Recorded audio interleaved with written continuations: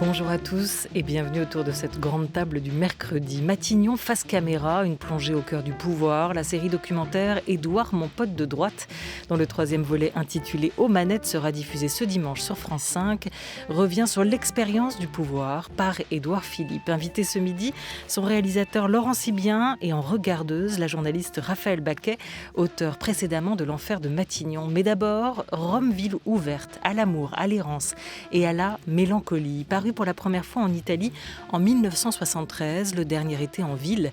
Roman culte de Gianfranco Caligarish, notre invité est enfin traduit en français par Laura Brignon pour Gallimard. Prix Fitzgerald cette année, le romancier italien est de passage à Paris pour le festival Italissimo, dont la 6e édition s'ouvre demain jusqu'au 4 juillet à Paris, à écouter tout de suite sur France Culture. La grande table. Olivia Gesbert. Et c'est déjà notre avant-dernière grande table de l'année, de la saison. Alors avant de se quitter, on écoutera les conseils de lecture de nos programmateurs culture, Oriane Delacroix et Henri Leblanc. Mais tout d'abord, notre première invitée. Bonjour Gianfranco Caligarish.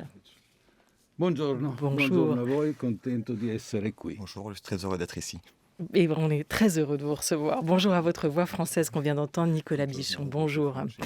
Léo est milanais. Il est le héros de ce roman que publie aujourd'hui Gallimard, Le dernier été en ville. Léo est milanais, il part s'installer à Rome où il vit de petits boulots, s'ennuie, croise Ariana, tombe amoureux, furieusement amoureux. Elle le rend fou avec ses talons qui s'enfonçaient dans son cœur.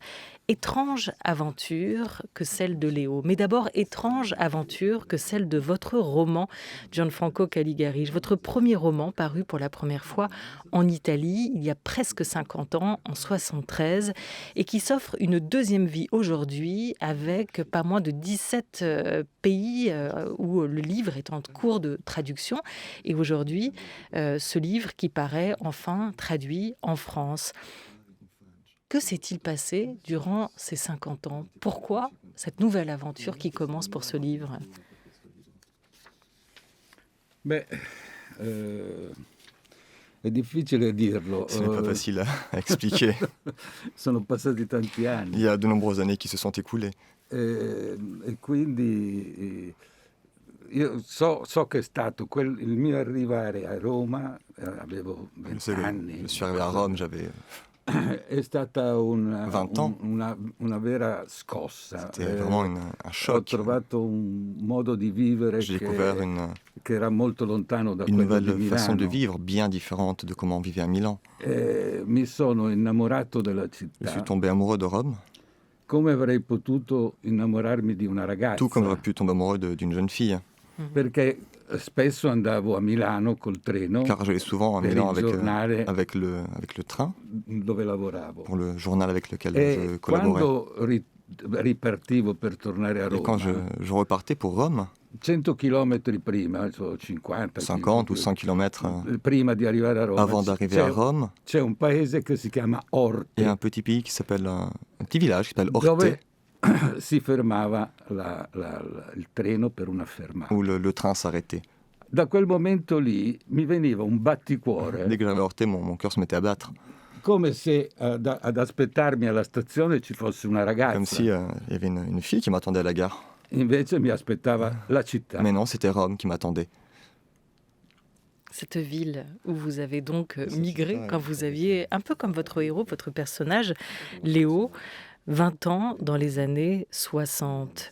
C'est un roman qu'on peut dire générationnel. Il parle vraiment de cette génération qui est la vôtre, de ceux qui ont eu 20 ans en 1960. Mais c'est un roman qui est aussi très actuel, qui retrouve aujourd'hui toutes ses couleurs. Et c'est pas pour rien qu'il a circulé pendant longtemps, ce roman, quand il était introuvable, épuisé, comme on dit, avant de connaître des rééditions, qu'il a beaucoup circulé sous le manteau, qu'il passait de main en main.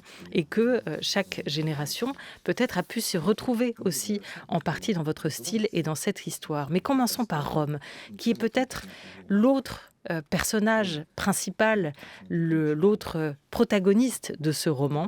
Rome, Piazza Navone notamment, Rome comme une mère pour Federico Fellini. La ville idéale pour qui vit dans une espèce de friczione, continuer entre l'imaginaire et la réalité, entre une dimension plus subtile, intellectuelle ou fantastique et une dimension matérielle, sensorielle. Je crois que Rome c'est la ville idéale parce que son côté horizontal, son grandiose indifférence à tout ce que vous faites, c'est une espèce de dimension très protective parce qu'il vous donne toujours une espèce de sensation matérielle très lourde, une dimension très terrena. Je pense que Rome, pour ça, c'est la ville idéale pour qui fait profession de fantaisie. Je dis que Rome, c'est une espèce de mère idéale parce que c'est une mère très indifférente qui ne va pas juger son fils. Rome protectrice, nous dit Federico Fellini. Rome, ville idéale pour qui fait profession, comme vous, le romancier, de fantaisie Gianfranco Caligari. Rome, une mère idéale, car elle ne jugera pas son fils. C'est une relation aussi filiale que celle que décrit Federico Fellini, que vous avez, vous, développée avec la ville de Rome. Assolutamente sì, Oui. assolutamente sì. Rome è una città che ti prende Rémi, Rome est une ville e non ti lascia più. qui vous prend et vous laisse pas partir. Se ti prende sei fatto. Si Rome vous prend, c'est fini. E quindi però comunica una tale gioia di vivere Rome a une telle joie de vivre che appunto fuori da Roma mi sentivo quand a je n'étais pas à Rome, disagio. j'étais pas bien, j'étais pas dans mon assiette. Non potevo non pensare di tornare a Roma. Je ne pouvais pas arrêter de penser au moment où j'allais retourner à Rome. Appena mi allontanavo di pochi chilometri, Dès que je volevo partais, tornare indietro. même de quelques kilomètres, je voulais revenir en arrière. Rome, cette ville qui vous a habité et qui vous a tenu d'une certaine manière. Ce roman, cette histoire, celle de Léo, ce dernier été en ville qui paraît chez Gallimard, c'est un drôle de récit initiatique, sans grandes épreuves, sans un apprentissage qui se fait brutalement. C'est plutôt un apprentissage de la vie simple, de la solitude, de la précarité des liens, de la précarité de la vie, tout simplement, que vous avez pensé avec ce livre, Gianfranco Caligari. C'est étonnant parce que ce héros que vous avez dessiné, il n'a pas le panache des grands héros de romans. C'est un héros tout simple et qui va faire l'apprentissage de la vie. Sì, è così. Il rapporto con la città è nel libro. Le rapport avec la ville Nel libro esattamente dans che le livre, cosa è successo. c'est exactement ce Cioè, qui s'est passé. I personaggi sono reali. Les personnages sont réels, concreti. sont concrets. Sia la ragazza Que ce soit la jeune fille gli amici, ou les amis. O l'amico, per esempio, da lui amato, no? Che si suicida. Par exemple, aussi a un certo Graziano punto. qui se suicide à un moment donné. E tutto quello che è scritto nel libro Tout ce qui a été écrit dans le livre vero in qualche vrai, momento, in qualche modo. d'une certaine façon. Io so scrivere soltanto quello che mi Je ne succede. sais écrire que ce que j'ai vécu. Non mi viene da inventare. Je ne sais pas inventer. C'è una parte della vita a un certo punto che mi commuove, Il y a che mi un prende, moment de la vie qui me prend, e qui io m'émeut, devo scriverla. et je dois l'écrire. Devo trasmetterla. Je dois la transmettre. Léo est un garçon un peu bancal, Léo, malin exactement. comme un singe tel que vous l'avez imaginé. C'est lui, d'après vous, qui n'est pas adapté à la société, ou c'est cette société, ce monde dans lequel on vit, qui n'est pas adapté à lui? Lui arriva, o io. Il arrive, ou moi. Arrivo a Roma e proprio nel momento in cui scendo dal J'arrive, treno. quand je suis arrivé à Rome, quand je suis descendu capisco du che train, da quella città non mi à ce muoverò moment-là, j'ai più. compris que je ne vais plus jamais bouger de cette ville. Difatti il giornale per cui Le lavoravo journal pour lequel j'ai travaillé a un certo punto mi ha chiesto di m'a demandé à un tornare moment a donné de Milano. retourner à Milan. Io mi sono rifiutato e J'ai loro mi hanno refusé. detto ti Ils m'ont licenziamo. dit, bah, très bien, alors E on io va ho te detto, licencier. J'ai dit, très bien, faites-le. E ho cominciato a sopravvivere Et j'ai commencé come capitava. à survivre comme je le pouvais. Però ero assolutamente felice. Mais j'étais heureux, absolument heureux. Et pour gagner votre vie, vous avez, comme votre héros, fait des petits boulots. Vous avez été journaliste, notamment, comme lui, et vous l'êtes encore aujourd'hui. Comment vous partagez votre travail d'écriture dans la vie, entre ces deux métiers, entre ces deux casquettes? Scrittore perché era un fatto mio personale. Écrivain parce que c'était quelque chose de personnel. Giornalista perché ogni tanto dovevo Journaliste guadagnare qualche parce qu'il faut soldo bien manger. e facevo degli articoli. Et donc j'écrivais quelques petits articles. Ma soprattutto a un certo punto è successo qualche cosa di Mais à strano un moment che donné, ha cambiato la quelque mia chose vita d'incroyable per molti anni. est arrivé, quelque chose qui a changé ma vie pendant de nombreuses années. Perché mi hanno chiesto di scrivere una Car on m'a demandé sceneggiatura d'écrire un scénario per la RAI, pour la RAI, televisione. la télévision italienne. E io ho scritto questo racconto che loro mi Donc proponevano. écrit cette Io ho histoire qu'on m'a fatto la proposée. sceneggiatura, J'ai c'era un vraiment fait le soggetto. scénario, il y avait déjà un sujet. E il film ha avuto un tale Le film successo a eu un grand succès, che ancora oggi, passati tellement de succès que tanti aujourd'hui, anni, après de è nombreuses années, considerato un lavoro c'est un film qui immortale. est considéré Perché immortel. sì, continuano a citarlo, On continue continuano de le citer. Io ero molto sorpreso J'étais perché vraiment surpris. non l'avevo mai fatto quel lavoro lì. J'avais Ma jamais da quel fait ce travail-là. da quel Mais à partir de ce moment-là, ho cominciato a fare eh bien, j'ai sceneggiature commencé à écrire des scénarios per la RAI pour la RAI, la télévision italienne. e sono andato avanti per 15 Et j'ai anni. continué pendant 15 ans. Mais vous avez aussi en parallèle continué à écrire Non. des romans. Ah, Aussi, en plus de cette activité de scénariste pour la télévision.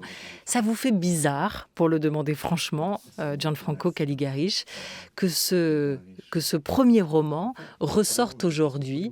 Est-ce que vous l'aimez toujours autant? Est-ce que vous êtes fier qu'il ait cette seconde vie, votre premier livre? Ma sì, quando facevo le sceneggiature Oui. a un certo punto ho cominciato a raccontare la mia storia. Quand j'écrivais des scénarios, j'ai commencé à parler de la mia mon histoire. storia quando sono arrivato a Roma. De mon histoire, de quand je E suis tutto donc quello arrivé che à è Rome. successo Et tout ce qui s'est e passé. a poco è venuto fuori, capivo che poteva essere Et un romanzo. petit à petit, j'ai compris que ça aurait pu être un roman. E in questo romanzo ci ho messo dentro tutte le persone Et che dans ce roman, conoscevo. j'écris de tous les gens que je connaissais. Quindi i personaggi sono reali. Les personnages sont réels. E quindi però voglio dire il romanzo proprio forse per questa sua sincerità C'est grâce à cette honnêteté que ce roman eh bien, piaceva plaisait, que ce roman plaisait. Piaceva molto. Io ho provato a mandarlo ad alcuni editori. J'ai essayé de l'envoyer à certains éditeurs. E tutti o non rispondevano Ou ils ne répondaient pas, o non volevano il ou ils ne libro. voulaient pas le livre. A un certo punto, naturalmente ero molto triste. J'étais bien sûr très triste. A un certo punto invece mi dicono Giovanni Raboni, che À un era moment donné, on me dit un Giovanni bravo- Raboni, sì, un bravo poeta e redattore un da poète Garzanti, et rédacteur chez Garzanti, mi ha detto lo faccia leggere a Natalia Ginsburg. m'a dit faites-le lire à Nathalie Ginsburg. E io tra l'altro abitavamo vicini, io non On la habitait à côté, je conoscevo. ne la connaissais pas. Ho lasciato il libro, secondo il consiglio di Raboni, En suivant ce l'ho conseil, lasciato j'ai laissé donc in portineria le livre della Ginsburg. à l'entrée d'où habitait Ginsburg, chez la concierge. Incredibilmente, la mattina dopo suona il C'est incroyable, telefono on m'appelle le lendemain, ed era Natalia Ginsburg Natalia Ginsburg. che mi ha detto ho letto il romanzo questa notte, mi è J'ai lu le piaciuto roman cette nuit, molto. je l'ai adoré. Dov'è il problema? Quel est le problème? È che lo Eh bien, j'ai répondu rifiutano que tutti. personne ne le veut. Le problème est là. Dice, ma guardi, lo mandi a Garzanti. Elle m'a dit de Dico, l'envoyer à Garzanti. Garzanti Je lui l'ho ai dit, già mais mandato. j'ai e déjà l'ha envoyé à rifiutato. Garzanti, ils ont dit non. Dice, lei lo rimandi lo stesso. renvoie-le quand même. Io l'ho rimandato lo Je l'ai stesso. renvoyé. Dopo 2 giorni mi 2 telefona jours plus tard, on m'appelle à nouveau. e mi dice le manderanno il contratto. On vous envoie le contrat. Io comincio ad aspettare questo contratto che non arriva Alors, je mai. commence à attendre ce contrat qui n'arrive jamais. Ma che cosa succede? Che avevo letto Et que se passe-t-il? J'avais lu nel giornale che Dans le journal, Natalia Ginzburg aveva que Nathalie lasciato, Ginsburg aveva lasciato la casa editrice, avait quitté la maison d'édition, la Garzanti, per andare da Mondadori. pour aller travailler pour Mondadori. Evidentemente Garzanti non aveva gradito la Donc, cosa. Garzanti n'avait Per pas dû cui apprécier cela. Non ha mai mandato Elle n'a donc jamais envoyé le contrat. il contratto. Allora Natalia mi dice lo mandi Alors Nathalie m'a dit, al premio faut l'envoyer inedito au prix Che è un inédit, premio, c'est un prix di sole donne con una giuria uniquement di pour... sole c'est un donne jury composé uniquement par des femmes e quindi che lavorano nell'editoria qui travaillent dans le monde de naturalmente. l'édition, bien sûr. E lei glielo mandi Il m'a dit donc d'envoyer Io l'ho le roman à ce mandato. prix-là. Je l'ai envoyé e ho vinto il premio. et j'ai gagné le prix. E così è cominciata la mia attività di Et c'est ainsi scrittore. qu'a commencé mon activité en tant qu'écrivain. Dopo è cominciata anche quella di sceneggiatore. Après, il y a toute l'activité aussi de scénariste. Oui, que vous avez évoqué, hein, Gianfranco Caligarish. Natalia Ginzburg, à la sortie du livre, le décrit comme le portrait ironique, amer et désenchanté d'un homme de notre temps. Et c'est vrai que ce jeune homme que vous êtes, puisque vous le dites, ce roman est très autobiographique et tous les protagonistes que l'on croise dans ce livre, tous les personnages ont vécu, ont réellement existé d'une manière ou d'une autre. Mais en même temps, aussi réel soit-il, Léo, votre héros, est un personnage de film, hein, qui évolue dans un décor de film, cette fameuse ville de Rome. Il ressemble lui aussi un peu au Marcello dans la Dolce Vita, à Alain dans Le Feu follet de Louis Malle. Et puis c'est un grand lecteur. Il s'est nourri de toutes ses lectures et on le sent comme vous. Il adore les livres d'occasion et vous écrivez « Je ne mis pas plus d'1 heure à faire mes valises. J'en pris 3. Une pour mes vêtements et 2 pour mes livres.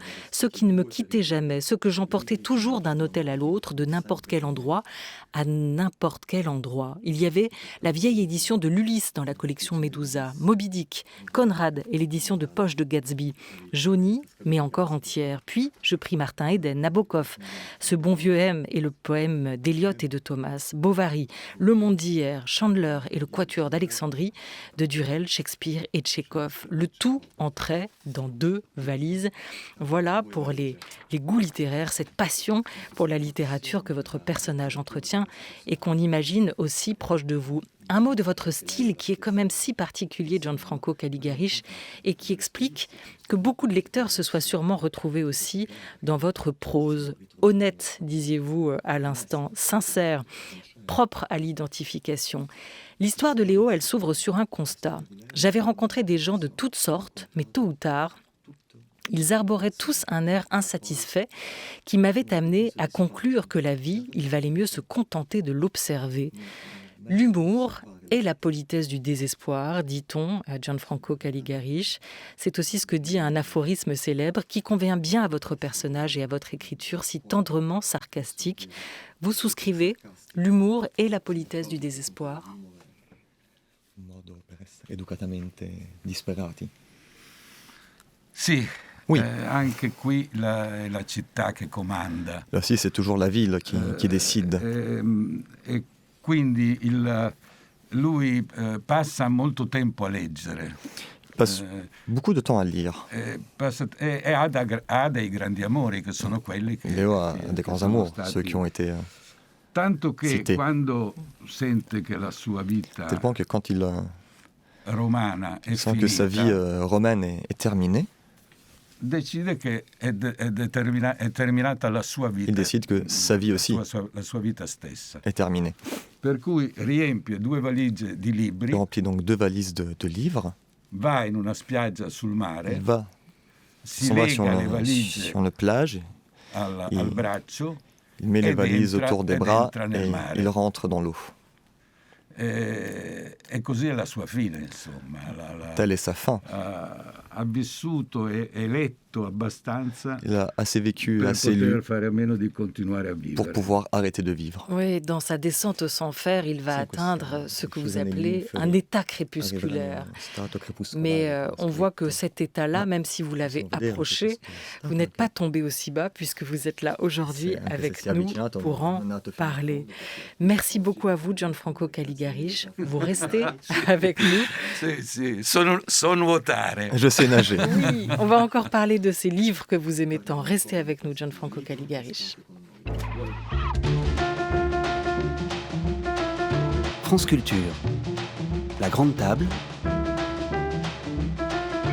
Olivia Gesbert. France Culture, il est 12h23. Toute l'année, en recevant des romancières, des romanciers, on a tenté de vous aiguiller dans la pile des sorties, les rayons des librairies. Les cinémas et salles de spectacle fermés pour cause de pandémie. On n'a même jamais autant parlé de littérature autour de cette grande table qui porte bien son nom. Emmanuel Carrière, Javier Cercas, Maëlys de Kerangal, Édouard Louis, Olga Tokarczuk sont venus vous parler de leurs romans, de cet exercice qu'ils affectionnent tant, l'écriture, la littérature, cette passion. On vous a aussi parlé de Don DeLillo ou encore de Foster Wallace. Alors, voilà, parmi eux, dans cette équipe qui compose la grande table, les deux qui prélisent pour vous, qui font des choix toute l'année. Voici leur ultime proposition pour l'été, Oriane Delacroix et Henri Leblanc. Bonjour. Bonjour. Henri, on commence par vous et on commence par un voyage au Japon au temps des samouraïs. Ah oui, mais alors attention, il ne s'agit pas de n'importe quel samouraï dans le roman Punk Samurai de Ko Machida, paru chez Actes Sud au printemps. D'ailleurs, Olivia, vous qui connaissez les films de Kurosawa sur le bout des doigts, savez-vous comment on appelle un samouraï sans maître ? Non, mais vous allez nous le dire. Ah là là, un ronin.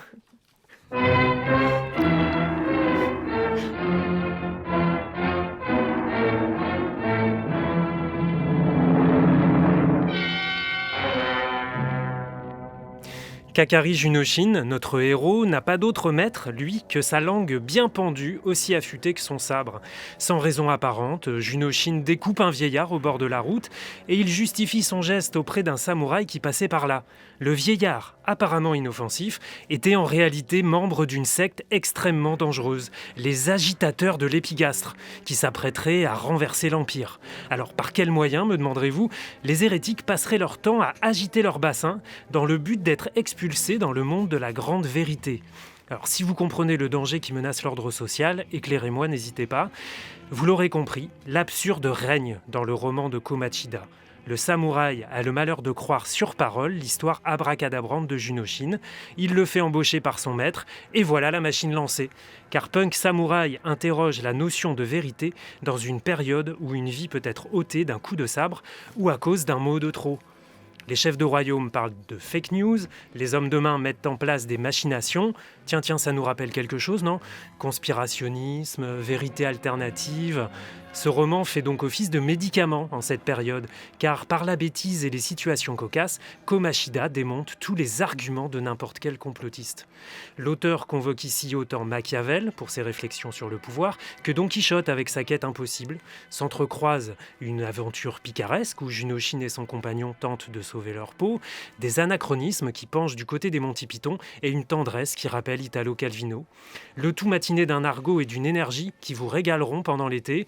Punk Samurai est un roman étonnant, brillamment construit, à mettre dans votre valise avec votre maillot de bain, votre masque, votre tuba et votre armure de samouraï, bien sûr. Bien sûr, un roman Venez. très, très, très mauvais genre que François Angelier va adorer. Punk Samurai, troisième roman donc de Ko Machida, est édité chez Actes Sud. Merci beaucoup Henri, bel été à vous aussi. Autre invitation au voyage, Oriane, une odyssée. Et même l'Odyssée d'Homère, en toute simplicité, un des poèmes fondateurs de la littérature mondiale. Le récit de voyage par excellence, celui qui relate l'histoire d'Ulysse aux 1000 ruses, qui, empêché par Poséidon en colère, mettra plus de 10 ans à rentrer chez lui, sur l'île d'Ithaque, où l'attend sa femme Pénélope, et qui croisera sur sa route des sirènes, des tempêtes, des cyclopes, la magicienne Circé, la nymphe Calypso et toutes ces sympathiques personnes. Alors, si je vous propose de lire ou de relire ce texte, c'est pour en faire une nouvelle expérience, dans la nouvelle traduction très particulière qu'ont fait paraître les éditions Pewell au mois d'avril. Cette traduction est signée Emmanuel Lascou, qui est helléniste, bien sûr, mais aussi musicien et auteur d'une thèse sur l'intonation chez Homère. Emmanuel Lascaux n'était pas véritablement satisfait des traductions et adaptations précédentes qui, selon lui, ne rendaient pas bien compte de l'oralité du texte. Donc il s'attache ici vraiment à faire entendre la musique, les rythmes, les sonorités de la langue d'Homère, à grand renfort d'onomatopée et de répétition. Il veut rendre compte des 1000 bruits que fait la vieille langue grecque, comme il le dit lui-même dans son introduction. Alors, peut-être plus que d'une nouvelle traduction, il serait plus juste de parler d'une véritable transposition musicale du texte. Et pour vous donner une idée, je vous propose tout de suite un extrait. Top tempête. Crac. Léoban Dumas. Tiens, sectionné d'un coup. Par le vent, par la bourrasque. Des deux côtés. Bam. Le mât qui tombe à la renverse. Tous les agrès qui dégringolent. Dans la cale, ma parole. Paf. Là, oui, à la proue du bateau. Le pilote se prend en pleine tête. Cric. Ça lui brise d'un seul coup tous les os du crâne à la fois. On croirait un plongeur, vous savez, qui se laisse tomber du plat-bord. Fini pour lui. Force et vie quittent ses os. Et Zeus qui n'arrête pas de tonner. Brrr. Sa foudre touche le bateau. Regardez-le tournoyer sur lui-même, sous le choc de la foudre de Zeus. Et Olivia, si vous préférez l'entendre L'original en grec dans le texte, vous pouvez trouver sur Internet, et je vous invite à aller les voir, les vidéos d'Emmanuel Lascaux qui récite le texte d'Homère dans la langue d'origine. Voilà, et Léo, le double littéraire de notre invité aujourd'hui, Gianfranco Caligarish, n'aura sûrement pas manqué de glisser aussi dans ses valises l'Odyssée d'Homère pour un beau voyage. Merci beaucoup à vous. On a beaucoup parlé de traduction aussi cette année. Alors merci à Nicolas Bichon qui a traduit aujourd'hui notre invité, à Laura Brignon qui l'a traduit dans le texte pour Gallimard. Je rappelle le titre de votre livre, Le dernier été en ville. J'en profite aussi pour vous inviter à un dernier voyage au cinéma cette fois. C'est un film France Culture qui mêle prise de vue réelle et animation, l'histoire d'un exil de la Suisse au Liban, de la Dolce Vita au déchirement d'un pays dans la guerre civile. Très beau film de la réalisatrice Chloé Maslow, Sous le ciel d'Alice, en salle le 30 juin, c'est-à-dire mercredi prochain. Elle sera mon invitée dans l'émission En français dans le texte ce samedi pour la grande dictée de Rachid Santaki. Merci à tous.